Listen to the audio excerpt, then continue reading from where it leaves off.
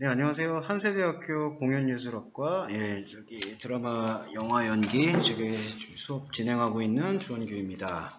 오늘은 줌 수업 대신 IP 관련하고 캐릭터 관련한 수업이라서 이렇게 그 PPT 파일로 녹음을 한 동영상을 공유할까 해요. 그래서 이번 주간에 한번 잘 들어보시고, 여기 캐릭터 플레이에서 서브젝터가 하나 있습니다.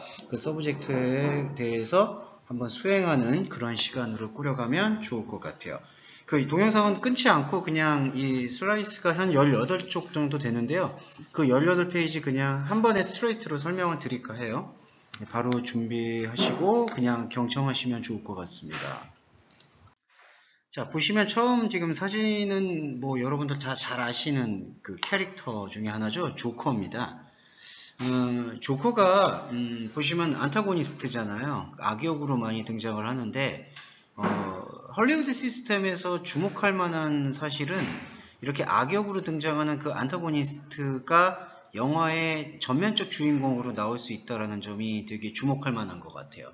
물론 이제 그 배트맨이나 그런 캐릭터들도 간혹 등장을 했지만 이처럼 그 주목할 만한 캐릭터가 악역이 등장을 해가지고 이렇게 캐릭터라이징을 하게 된다는 경우가 저는 할리우드 시스템에서 캐릭터 IP, 곧 캐릭터 그 아이덴티티 프로덕트에 있어서는 되게 주목할 만한 그 사건이다. 그렇게 생각을 하고 있어요. 그러니까 악역이 내면의 고뇌를 통해서 어떤 한 히어로의 그 캐릭터를 대체할 수 있다는 그 시스템에 대해서는 상당히 긍정적으로 판단할 수 있지 않느냐, 그렇게 보고 있고, 이런 게 이제 캐릭터 라이징의 좀 성공적 예라고 할 수가 있겠네요.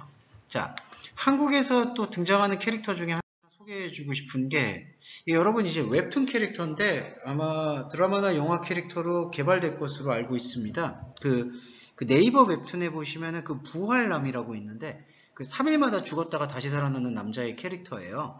이 캐릭터가 이제 남자 캐릭터인데 슈퍼스트링이라는 그 웹툰의 그 IP 아이템으로 많이 사용되고 있는데요. 그 슈퍼스트링의 IP 아이템 중에 하나인 인물입니다. 이 캐릭터가 이제 3일 만에 3일 동안 죽고 부활하는 그런 남자. 마치 이제 그 종교적 테마로 보면은 그 기독교에서 예수의 그 십자가와 부활의 어떤 그런 부활의 이미지하고 많이 맞닿아 있죠. 이 캐릭터가 지금 각광받고 있는 캐릭터 중에 한 명. 그리고 수많은 캐릭터들이 있죠. 자, 이런 캐릭터들을 보면서 오늘은 캐릭터에 대해서 조금은 정의를 내리고 소개를 해볼까 합니다. 자, 캐릭터에 대한 단순하지만 분명한 정의에 대해서 말씀드릴게요. 그냥 캐릭터의 정의는 뭐냐? 소설, 동화, 애니메이션, 그리고 웹툰, 그리고 연극, 영화, 드라마, 비디오 게임 등에 나오는 인물이에요, 인물. 네, 그렇죠. 그걸 캐릭터라고 표현합니다. 근데 두 번째 패러그래프 보시면 캐릭터란, 인물이란 반드시 사람을 대상으로 하는 것만은 아니에요. 왜냐하면 사람만이 등장하지 않는 그 작품도 존재하거든요. 그래서 작품 속에서 의인화한, 그러니까 동물이나 신화적 존재, 생명이 없는 대상까지 모두 포괄을 하는 게 바로 캐릭터의 특징이라고 보시면 되겠어요. 그리고 여기 세 번째 패러그래프에 이야기 형식의 허구에 있어서 등장인물은 중요한 구성 요소 중에 하나로 되어 있다. 근데 여러분 그 이야기를 이해할 때 허구가 픽션이잖아요. 하지만 픽션보다 조금 더 넓은 범주는 이야기, 곧 스토리텔링이에요. 그러니까 스토리텔링을 하는 데 있어서는 필수 요소 중에 하나가 캐릭터예요.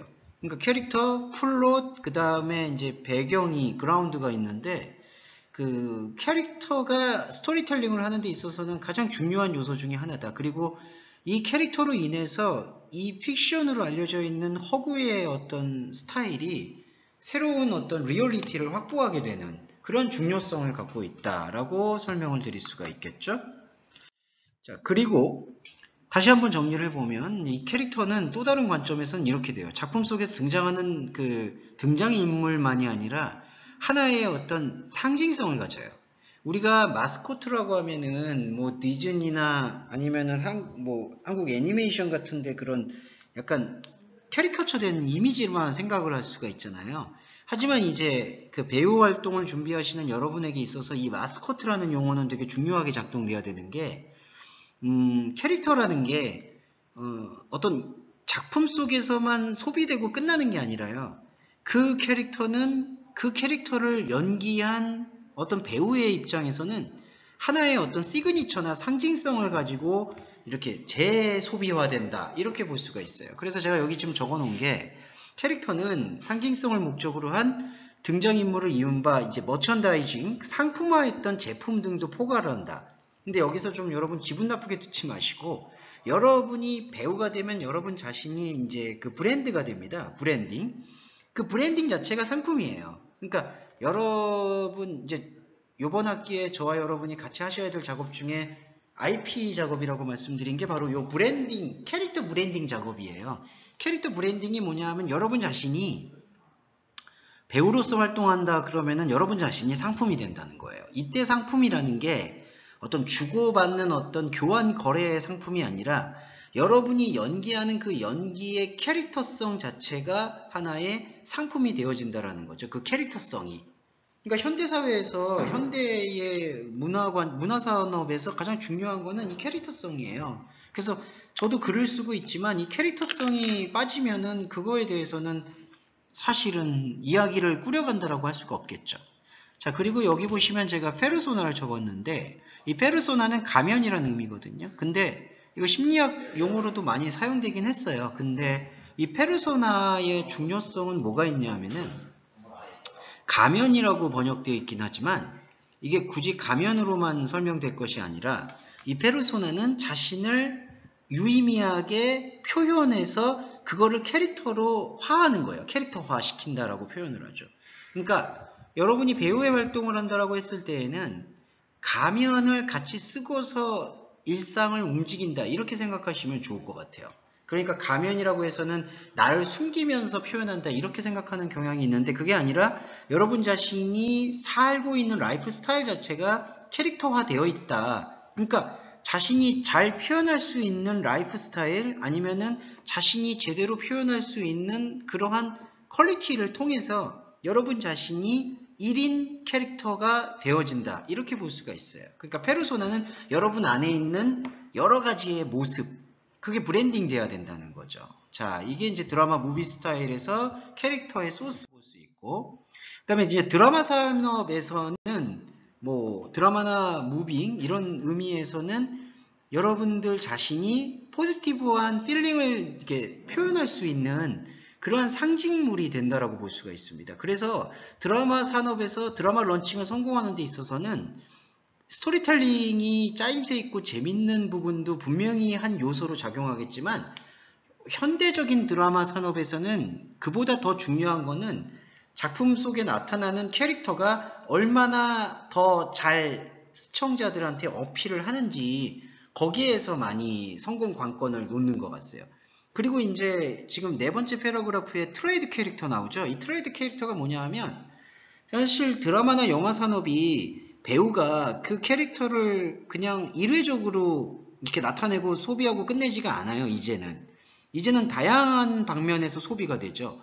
그러니까 그 캐릭터가 광고에서도 쓰임받을 수 있고, 아니면은 그 한 작품을 뛰어넘어서 시즌제로 넘어간다든지, 아니면은 스핀오프 개념이 돼서 그 캐릭터성이 시청자들한테 제대로 어필했다라는 그 전제하에 다른 작품에서 또다시 그 캐릭터가 소비가 되고 재소비가 된다, 재생산이 되죠.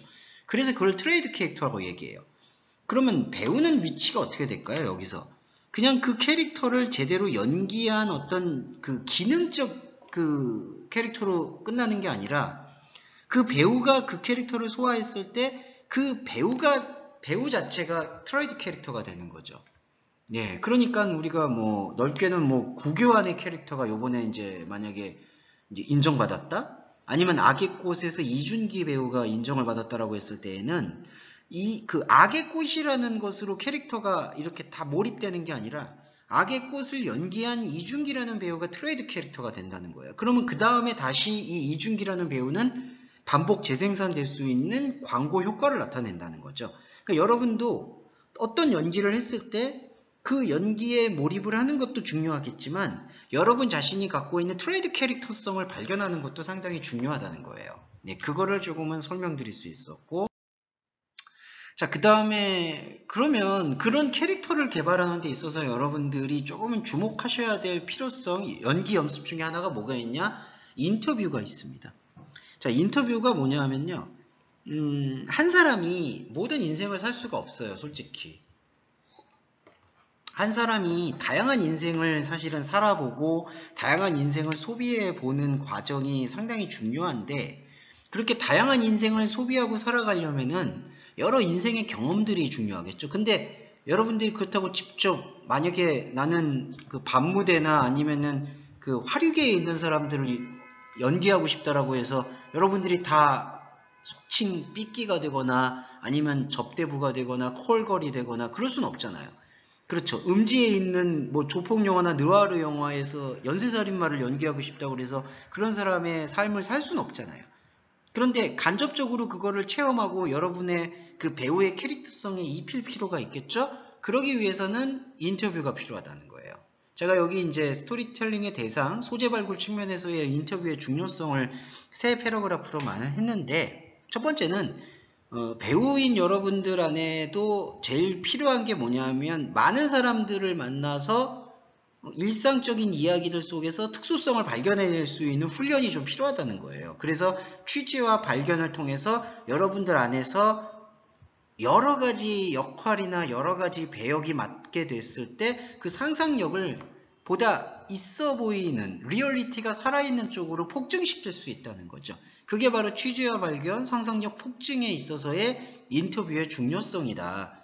그래서 보시면 두 번째 패러그래프에 제가 지금 서발턴이라고 했죠. 서발턴과의 대화가 필요하다라고 한 것은 우리가 인터뷰를 하게 될 때 인터뷰를 대부분 유명한 인사들이나 유명한 공인들을 인터뷰하는 경우가 많아요. 그런데 그렇게 유명한 인사들이나 아니면 사건이 일어났을 때 그런 사건의 대상을 인터뷰하는 방식은 저널리즘적 인터뷰라고 하는 거고, 쉽게 말해서 방송기자나 신문기자가 어떤 일이 있을 때나 아니면 어떤 인물을 취재하러 갈 때 그런 취재고, 여러분들이 캐릭터성을 강화하기 위해서 인터뷰를 해야 될 대상은 그런 대상만이 있는 게 아니라 바로 우리 사회가 주목하지 못하고 있는 사람들과 대화할 필요성.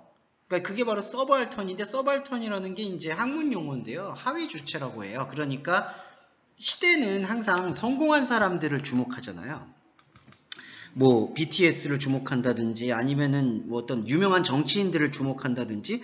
그러니까 우리가 노출되어 있는 뉴스나 아니면은 방송 매체에서의 항상 노출의 포커싱은 팬덤을 가진 사람들, 주목할 수 있는 사람들한테 많이 끌려 있거든요. 근데 여러분들이 정말 깊이 있는 캐릭터를 이렇게 디자인을 하려면은 그런 인물들을 많이 만나보는 거는 사실 그다지 큰 장점이라고 저는 생각하지 않고, 여러분들이 인터뷰를 해야 된다라고 한다면은 바로 이 하위 주체, 그러니까 언론이나 아니면은 이야기성에 사람들이, 많은 사람들이 주목하지 않는 어떤, 요즘 말로 하면은 그 아싸, 그렇죠. 이제 인싸하지 못한 사람들, 그런 사람들 속에서 여러 가지 일상성이 이제 취합이 될 수가 있겠죠. 그러니까 일상적인 이야기와 동시에 많은 사람들이 공감할 수 있는, 공감대를 형성할 수 있는 인터뷰가 이루어질 수 있다라는 측면에서 드라마의 캐릭터성이나 스토리텔링 안에서 발굴하는 소재 발굴 측면에서의 인터뷰는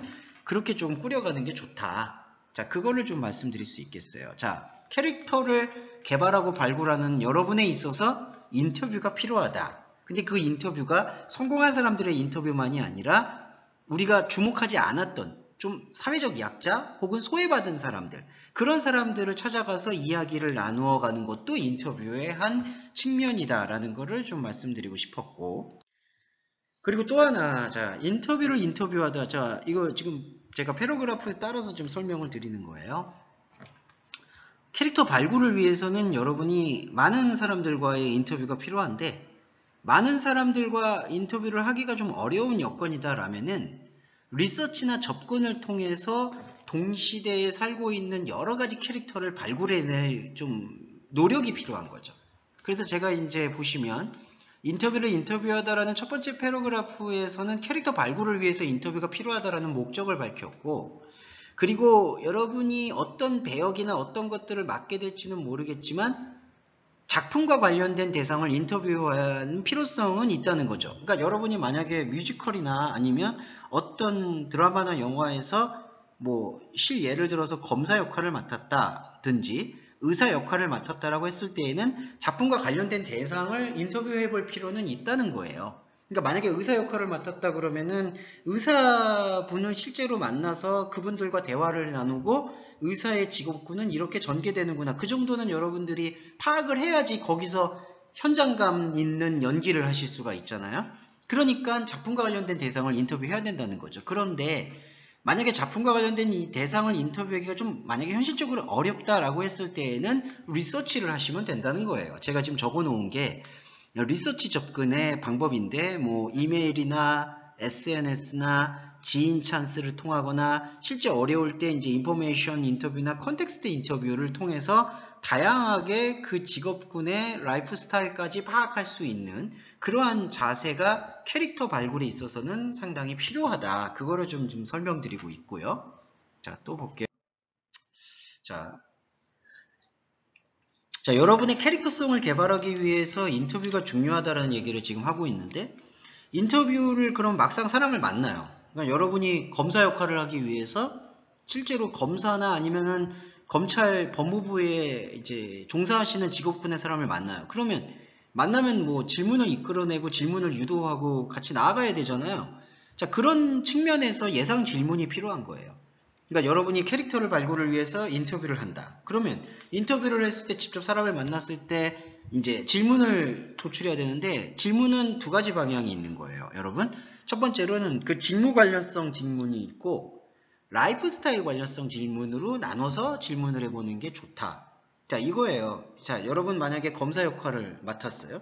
그래서 실제 검사직에 계신 분을 인터뷰를 해요.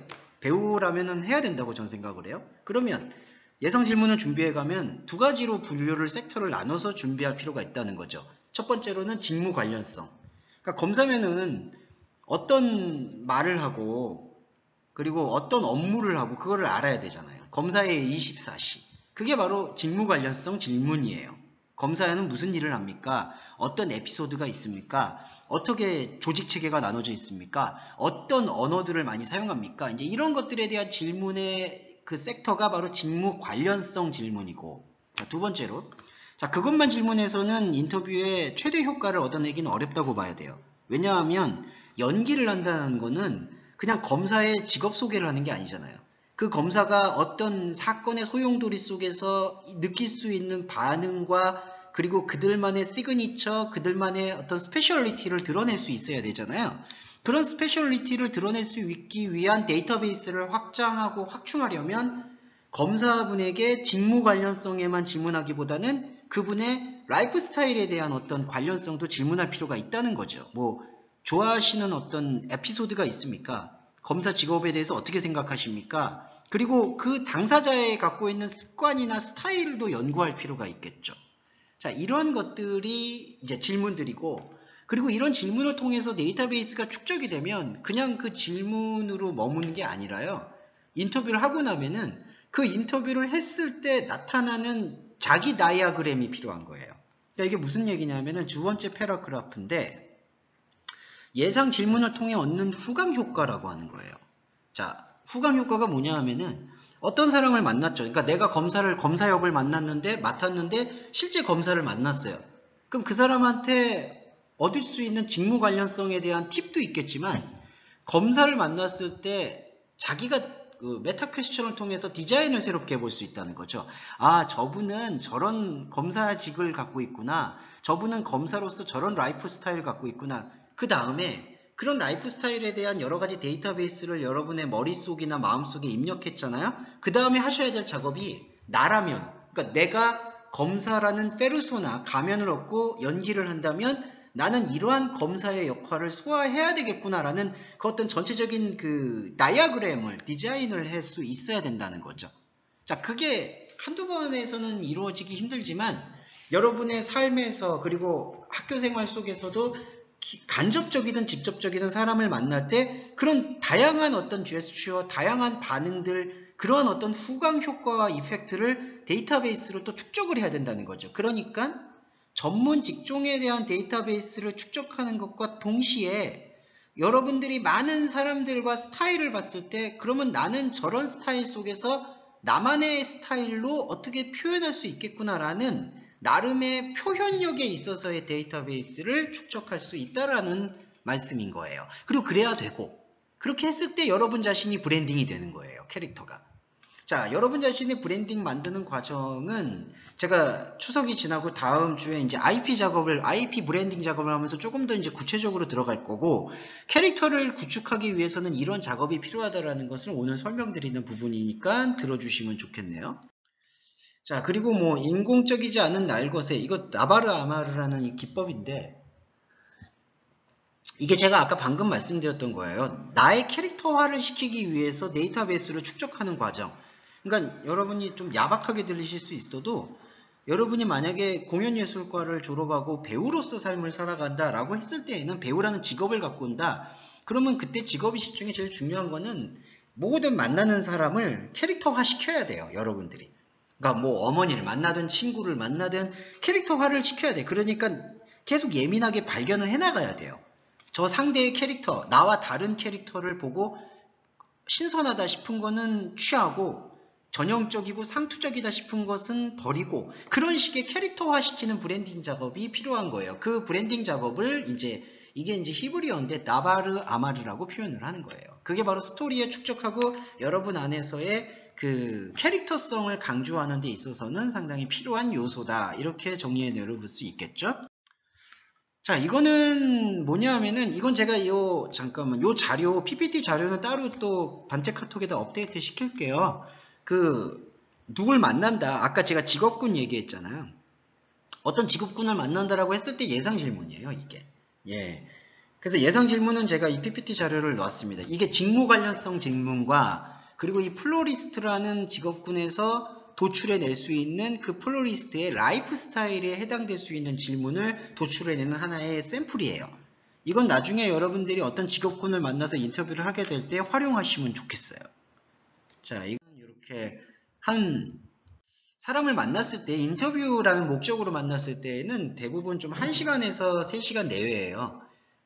얘기가 더 많이 풀어지게 될 때에는 3시간까지도 인터뷰를 할 수 있고, 뭐 그러지 못할 경우에는 단답형 질문을 이제 인터뷰를 받는 사람이 하게 되면은 금방 끊기는데, 그런데 이 정도 질문까지는 준비해도 좋다고 봐요. 한 18개 정도. 그러니까 20개 내외의 질문이죠. 20개 내외 질문에서 절반 정도는 직무 관련성 질문이 있고, 또 절반 정도는 어떤 그 라이프 스타일에 관한 질문. 그렇게 이제 나누어진다라고 볼 수가 있겠습니다. 자, 그리고 이제 캐릭터 뱅크를 구축하는 거예요. 그게 아까 이제 제가 아까 말씀드렸던 그 인터뷰의 어떤 성향들을 여러 가지로 여러분들의 어떤 배우 활동의 캐릭터성으로 이제 승화시키는 과정이잖아요. 그런 배우 활동에 승화시키는 캐릭터성을 이제 first, second, third, fourth 4단계로 나눠서 캐릭터 뱅크를 만드는 건데, 요거는 나중에 또 제가 IP 브랜딩 할 때 조금 설명을 드려볼 수 있을 것 같아요.